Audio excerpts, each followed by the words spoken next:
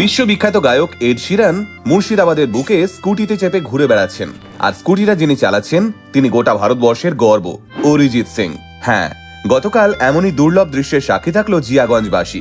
অরিজিতের সঙ্গে স্কুটিতে চেপে জিয়াগঞ্জের অলিতে গলিতে ঘুরে বেড়ালেন এড শিরান।